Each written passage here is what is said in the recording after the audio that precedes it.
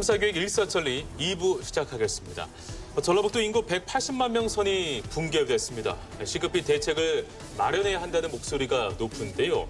특히 도내 인구 유입 정책 중 하나인 귀농귀촌 정책이 별 효과를 거두지 못한다는 지적이 제기되고 있습니다. 먼저 영상부터 보고 오겠습니다.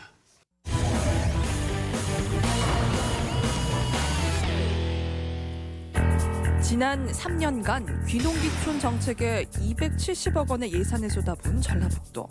하지만 초라한 성적표 앞에서 그 실효성이 의문시되고 있다. 전라북도의 귀농귀촌 가구는 4만 7천여 가구로 제주를 제외했을 때 꼴찌인 것으로 나타났다. 인구수로 봤을 때도 전북으로 유입된 귀농귀촌인은 타도와 많은 격차를 보이고 있다.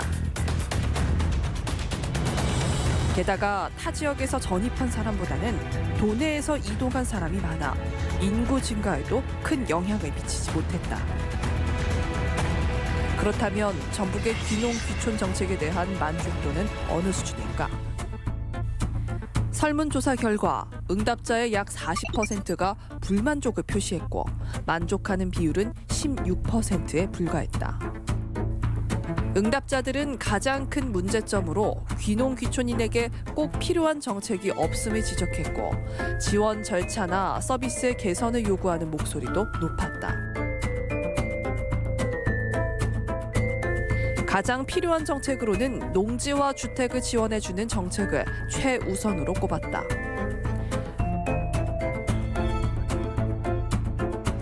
귀농귀촌 문제 중 하나로 꼽히는 원주민 간의 갈등. 이에 대해서 응답자 4명 중 1명이 갈등이 있었다고 대답했다. 실효성 있는 귀농귀촌을 위해서는 어떤 점들이 개선돼야 할까? 이슈 인사이드에서 이야기를 나눠본다. 네, 오늘 함께할 분들을 소개하겠습니다. 양성빈 지방의정활동연구소장 김영호 변호사님 나오셨습니다. 안녕하십니까? 네, 반갑습니다. 네, 반갑습니다. 자, 앞서 설문조사에서도 나왔는데요. 지난 3년간 귀농귀촌 가구나 인원이 제주를 제외하고 전북이 가장 적은 걸로 나왔습니다. 이 결과에 대해서 우선 어떻게 생각하시는지 두 분 의견 한번 좀 들어볼까요? 양성빈 소장님부터요. 네, 타도에 비해서 엄청나게 적은 그 귀농귀촌의 인구를 보면서 전라북도가 180만 명이 무너졌지 않습니까? 네. 그래서 180만 명이 무너진 것도 무관하지 않다. 저는 그런 생각을 해보면서 좀 많은 반성이 필요하다. 저는 그렇게 생각을 합니다. 네. 제가 지난 시절 그 도의원으로 활동하면서 우리 출향인들이 얼마 정도, 어느 정도가 되는지 제가 네. 확인을 한번 해본 적이 있었어요. 그 이유는 귀농귀촌을 하는 경우에 유턴형, 그러니까 시골에서 살다가 도시로 나가서 생활을 한 후에 네. 다시 자기 고향으로 오는 경우가 귀농귀촌의 가장 많은 그렇군요. 비율을 차지를 하거든요. 네네. 근데 전라북도 같은 경우 190만 명. 왜 우리는 돌아오지 않았을까? 그런 생각을 해본다면 좀 많이 반성이 필요하다. 저는 그렇게 생각을 합니다. 네, 알겠습니다. 김영호 변호사님께서도 뭐 같은 질문을 좀 드리고 싶은데요. 예, 저도 양 소장님 그 의견에 공감을 하고요. 예. 기본적으로 귀농귀촌을 한다고 한다면은 그 전라북도에 내려와서 이제 거주를 목적으로 합니다. 네. 그런데 여기 오지 않았다, 오지 않는다라고 하는 거는 전반적으로 문화 여건이라든가 거주 여건이라든가 경제적 여건이라든가 여러 가지 종합적으로 봤을 때 전라북도가 다른 시도에 비해서 좀 부족하다라는 증거거든요. 그렇군요. 그래서 저는 단지 귀농귀촌뿐만 아니라 지금 살고 있는 전북 도민들을 위해서라도 종합적인 한번 점검이 필요하다. 저는 그렇게 생각을 합니다. 사실 이 귀농귀촌을 고민할 때 가장 많이 하는 고민 중 하나가 내가 그곳에서 잘 정착할 수 있을까일 그렇죠, 것 같아요. 네, 그러니까 정착자금 지원, 뭐 예를 들면은 집이나 농지에 관한 지원금 같이 좀 더 구체적이고 현실적인 것들이 필요할 텐데요. 그렇다면 귀농귀촌인들에게 정착자금 지원을 어떤 식으로 하는 게 가장 효과적일 것이라고 보시는지 그 방법에 대해서. 네, 궁금합니다. 네, 뭐 귀농을 결정을 하게 되면 교육을 받게 돼 있어요. 그래서 교육을 어느 정도 이수를 하고 그런 과정들이 있어야 또 지원해주는 그런 프로그램들이 있거든요. 네. 하지만 그 교육을 받는다고 해서 현실하고는 굉장히 괴리감들이 분명히 있는 거거든요. 그래서 저는 좀 미리 살아보고 여기에 내가 정착을 해서 내가 여기에 이분들하고 같이 공동체 생활을 이어나갈 수 있을 것인가에 대한 그런 고민들이 좀 더 필요하다. 그래서 프로그램 중에 그런 프로그램들이 하나쯤은 더 있은 후에 그걸 이수를 했을 때 정착 자금을 지원을 하고 하는 방법이 맞겠다라는 그런 생각을 좀 해봤어요. 그래서 네. 저희 지역에 뭐 개인이시긴 한데 장수 한 달 살이 그런 프로그램을 운영하고 계신 분이 계세요. 그래서 네. 자기가 아는 지인분들, 그분도 귀농하신 분이지만 자기가 아는 한도 내에서 자기가 아시는 분들을 초대를 해서 장수해서 같이 한 달을 사는 거예요. 그래서 예. 그 프로그램을 보면 굉장히 다양합니다. 그래서 그래요? 타 농장을 견학을 한다든지 동네 어르신들과 철렵이라고 혹시 들어보셨는지 모르겠어요. 냇가에서 물고기를 잡는 그런 이 어렸을 적에 그런 놀이문화 그런 것들을 같이 하면서 지역의 어르신들과 같이 유대감을 만들어내는 거죠. 그래서 우리 지역에서 한 달을 살아보고 정말 이 어른들하고 이 공동체에 내가 같이 좀 융화될 수 있겠다. 그러면 그 이후에 네. 귀농을 결정을 하고 정착을 해서 한다면 정착 지원금을 그때 주는 방법. 근데 정착 지원금을 그냥 프로그램만 지금 현재 프로그램만 이수하고 만약에 줘버리면 또 우리가 흔히 먹튀라고 그러죠. 그럴 수 있죠. 네. 이것만을 노리고 또 오시는 분들도 상당수 있어서 선의의 피해자들이 많이 생겨납니다. 그래서 예. 이런 부분들 좀 고민 필요하다. 저는 예. 그렇게 생각을 합니다. 알겠습니다. 예, 저도 그 양 소장님 의견에 매우 공감을 하고요. 기본적으로 지금 같은 시스템화에서는 대부분 그냥 먼저 이주를 해옵니다. 그리고 이제 시작을 하거든요. 저는 이거에 대해서 좀 지양을 해야 된다라고 생각을 합니다. 왜냐하면은 기존에 생활하던 곳과 완전히 다른 곳으로 이주를 합니다. 뭐 차라리 내 어렸을 때 태어난 고향이라면 그나마 좀 낫겠지만은 생경한 곳이라면은 미리 사실은 사전 준비를 되게 철저히 해야 된다라고 저는 보거든요. 각 지자체에서는 그거에 대해서 저는 수요 예측을 좀 해야 된다라고 생각을 합니다. 이분들이 잘 적응할 수 있는지 자신감이 생겼을 때 오시게 하고 그리고 나서 물론 이제 정착하실 분들이 현금 지원을 아마 원할 겁니다. 하지만 현금 지원을 많이 하게 되면은 기존에 살고 있던 주민들하고의 또 역차별 문제도 있을 그럴 수 수도 있거든요. 있겠네요. 예. 그래서 저는 현금 지원보다는 좀 간접 지원 형태로 농지를 갖다가 처음에 농지를 구매하는 것도 상당한 비용이 들어갑니다. 그렇죠. 이거를 직접 구매하는 자금을 갖다 지원한다기보다는 예를 들어서 농어촌 공사를 통해서 좀 쉽게 임대를 받고 또는 임대료를 갖다 일부 지원을 한다든가 네. 아니면은 구입 자금에 대해서도 일정 부분 본인 부담이 있으면은 나머지 자금을 갖다가 저리로 상대적으로 저리로 좀 대출해 준다든가 집 같은 문제도 집을 갖다가 기존에 있던 주택, 기존에 빈 집들이 참 많거든요. 농촌에 네네. 가면은 이런 걸 갖다가 좀 싸게 연결을 해준다든가 수리비를 갖다가 좀 간접적으로 자부담은 몇 프로, 뭐 보조금 몇 프로 이런 식으로 지원해주는 방식이 좀 필요하지 않을까 네네. 이렇게 생각을 합니다. 네네, 알겠습니다. 네, 뭐 좀 긴 호흡의 체험 프로그램 그리고 뭐 간접적인 지원까지 말씀해 주셨는데 실제로 이 귀농인들이 처음에 집을 얻는 것 자체가 쉽지 않다고 하더라고요. 그래서 지금 한 분의 이야기가 준비되어 있거든요. 한번 들어볼까요? 정말 귀농을 하고 싶은 열의가 있는 청년들이 와서 교육을 받고 이제 여기에 되게 이 지역에 되게 애정까지 가졌는데 집을 구하는 과정에서 이게 너무 이제 안 풀리고 어렵다 보니까 그 과정에 다시 돌아가는 청년들도 되게 많았거든요. 그러니까 귀농인의 집 자체도 되게 적은데 군에서 1,000만 원 정도를 들여가지고 집을 고쳐서 이제 5년간 살 수 있게 해주는 사업이 있는데 그 사업으로 고쳐서 살 수 있는 집이 있는지를 저희가 되게 많이 돌아다녔어요. 근데 비어있다는 집들을 사람들한테 되게 수소문을 해갖고 10집 정도를 다니면 이게 이제 지원 사업 안에서 붙일 수 있는 집이 한두 군데도 안 돼요. 왜냐면 일단은 그 건축물 그 당시에는 건축물 대장이 일단 있어야 되는데 옛날 시골집들이 건축물 대장이 있는 경우가 정말 많이 없었거든요. 그러면 이제 또 이건 대상 그 집이 안 되는 거예요.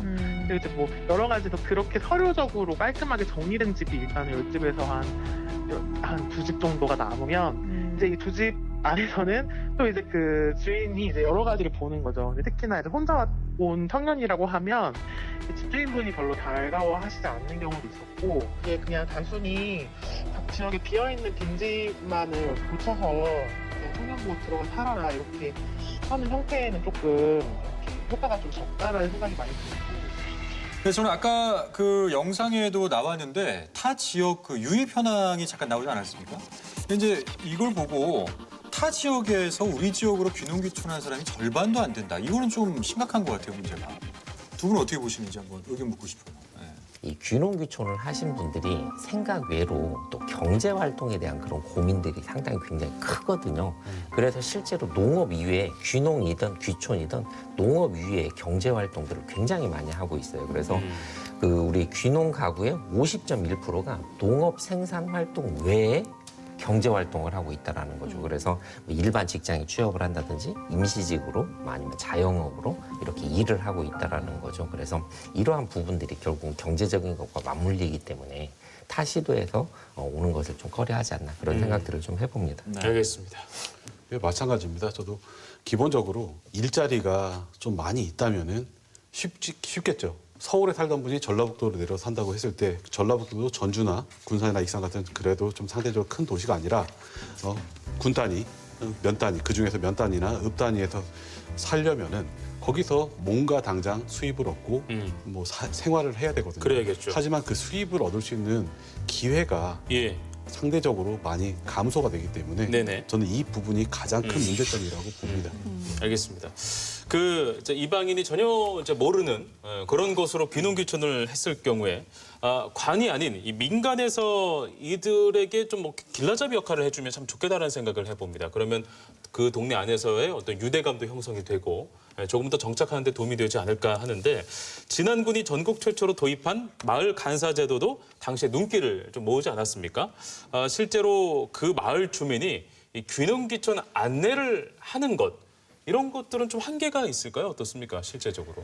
네, 뭐 지난해에서 추진했던 마을 간사 제도가 가시적인 성과를 냈다라고도 들은 바가 있고요. 예. 실제로 저도 마을 간사 제도가 있다라면 마을에서 어떤 역할이 관에서 주는 소정의 네. 뭐 급여 형태는 아니겠지만 소정의 금액과 또 거기에서 일을 할 수 있다라는 것들 때문에 네. 마을과 마을 주민들과 좀 친해질 수 있는 그런 계기들이 될 수 있다라고 생각을 해요. 그리고 실제로 우리가 귀농 5년 차가 돼야만 어느 정도의 기존의 귀농 전의 소득과 거의 비슷한 수준의 소득을 올릴 수 있거든요. 그래서 귀농 5년 차가 되기 전에 뭐 마을 간사로서의 역할을 하면서 그 수입의 일부를 보전하는 거 굉장히 좋은 제도라고 생각을 해요. 지금 저희가 이 시간을 통해서 대부분 좀 귀농에 대해서 언급을 좀 하고 있는 것 같습니다. 근데 보면 귀촌 정책도 저희가 한번 좀 짚고 넘어가야 될 것 같지 않나 하는 생각이 있는데 귀농에 비해서 귀촌 정책이 좀 부실하다는 이야기가 있어요. 현재는 기촌 정책은 없다 저는 그렇게 보고 있어요. 그러니까 지금 비율적으로만 봐도 전라북도가 가장 그 귀농인이 기촌인에 비해서 가장 높은 비율을 차지하고 있음에도 불구하고 전체 귀농 기촌인에서 귀농인이 차지하는 비율은 10% 정도밖에 되지 않습니다. 그렇다면 기촌인이 90% 이상을 차지하고 있다고 봐야 되는 건데요. 지금 기촌인들은 다양한 욕구들과 요구를 가지고 내려오는 반면에 귀농인들의 경우는 말 그대로 전통적으로 이제 농업 지역 중심으로 농업 경제 활동을 하기 위해서 내려온 사람들이어서 사실 욕구 자체가 좀 다르고요. 그러다 보니까 이제 귀촌인들은 이런 직업적 선택이라든가 자연환경이라든가 이런 다양한 욕구를 가지고 내려온단 말이죠. 근데 이제 이런 다양한 욕구들을 접근하거나 충족해 줄 수 있는 정책들이 사실상 귀농귀촌 정책 안에서는 없다고 봐야 되고 있다 하더라도 각 귀촌인들이 이런 것들을 다 정보를 취득하기가 어려운 구조로 지금 형성이 돼 있다는 겁니다. 사람들이 귀농인이라는 표현을 많이 쓰지 귀촌인이라는 표현을 많이 쓰지 않는 이유가 네네. 그냥 대부분 서울에서 누가 왔어 귀농인이야 그렇게 얘기를 하거든요. 맞아요. 예. 네. 그래서 귀농 귀촌을 좀 분리할 필요가 있다. 행정에서 관에서라도 이런 걸 분리를 해서 정책들을 나눠줄 필요는 있다라는 그런 생각이 들어요. 그래서 귀농을 하는 이유, 유형들, 그다음에 귀촌을 하는 유형들이 틀리거든요. 네네. 네. 그런 부분들 경제 생활을 위해서 왔다면 경제 생활을 할 수 있도록 도와주는 그런 정책들이 필요한 거고 농사를 짓기 위해서 농업을 하기 위해서 왔다면 농업을 할 수 있도록 도와줘야 되는데 거의 대부분 지금의 정책들을 보면 귀농 귀촌을 거의 크게 나누지 않는다. 저는 그렇게 판단을 하고 있어요. 그래서 귀촌이 훨씬 많은 인원이거든요. 그래서 맞아요. 예, 보면은 전체적으로 귀농 인구보다 귀촌 인구가 훨씬 많습니다. 하지만 귀촌이라는 얘기를 잘 쓰지 않는 이유들이 네. 서로 그냥 하나라고 생각을 하는 거예요. 그냥 마음속으로 이미 내려오면 농사를 지어야지. 그런 거 그렇죠. 아니야라는 네, 어떤 네, 네. 그런 그래서- 일반화가 돼 있는 거죠. 네네, 그렇죠. 그런 일반화돼 있는 것들을 행정에서만큼은 분리해줘야 된다. 분리함으로 인해서 분명히 귀촌 인구도, 귀촌 정책도 좀 더 지금보다 활성화될 수 있을 것이다. 예. 그렇게 생각을 합니다. 알겠습니다. 요즘 뭐 전라북도뿐만 아니라 타 지자체에서도 귀농귀촌 정책들을 뭐 활발하다 못해 굉장히 공격적으로 지금 하고 있는 상황입니다. 전라북도의 강점을 살려서 펼칠 수 있는 전라북도만의 귀농귀촌 정책 혹시 뭐 구상하고 싶은 거라든지 뭐 아이디어가 있다면 굉장히 좀 어려운 질문인데 한마디씩 한 분의 시간 한번 가져볼까요? 자유롭게. 좀 정책을 분리해야 된다. 귀농과 귀촌 정책을 분리해야 되는 거 하나. 그다음에 우리가 마을 간사제도처럼 지역에 와서 5년간 소득이 나타나지 않을 때 소득이 기존의 소득을 따라가지 못할 때 뭔가 네. 일자리를 제공한다라는 거. 네네. 그다음에 우리가 그냥 교육 프로그램 정도 우리가 머리로 배우는 것과 실제 몸으로 익히는 건 굉장히 차이가 있잖아요. 그래서 네네. 우리 전라북도 한 달 살이 그런 프로그램들을 좀 대대적으로 홍보를 해서 실제로 한 달 살 수 있는 그런 집을 마련을 한다든지 그래서 좀 자유롭게 편하게 와서 살아보고 결정할 수 있도록 하는 그런 프로그램들이 좀 전라북도의 귀농귀촌에 좀 도움이 되지 않을까 저는 그렇게 생각을 해봅니다. 기왕이면은 귀농 귀촌 하시는 분들의 연령대가 좀 젊은 연령대였으면 하는 바람이 있습니다. 20대부터 한 40대 한 초중반 정도까지. 네. 근데 이분들이 가장 크게 우려하는 것 중에 하나가 일자리 문제뿐만 아니라 경제적인 문제뿐만 아니라 아이들 교육 문제입니다. 그런데 이 전라북도의 교육 현실은 사실은 매우 안 좋죠. 근데 저는 순창군에서 하고 있는 인재수급을 한번 벤치마크할 필요가 있다. 순창 같은 경우는 서울에 있는 유명 학원을 안 가더라도 그만한 수준의 교육을 받을 수 있는 여건이 좀 마련돼 있습니다. 저는 개인적으로 좀 그런 순창의 인재숲 같은 모델을 갖다가 모든 지자체에서 좀 펼쳐서 그래서 시골에서도 충분히 교육받을 수 있다라는 부분. 그렇다면은 아이들 때문에 고민하는 부분은 훨씬 더 줄어들 거고요. 좀 더 쉽게 그다음에 좀 더 확고한 마음으로 귀농귀촌을 할 수 있지 않을까 그렇게 생각을 합니다. 자, 오늘 2부에서는요. 전북의 귀농귀촌 정책에 대해서 한번 짚어보는 시간이었습니다. 자, 탐사기 일사천리는 앞으로 더욱 넓고 더욱 깊게 날카로우면서도 따뜻함을 잃지 않는 시선으로 전북 도민 여러분들과 함께하겠습니다. 오늘 함께해 주신 여러분 고맙습니다.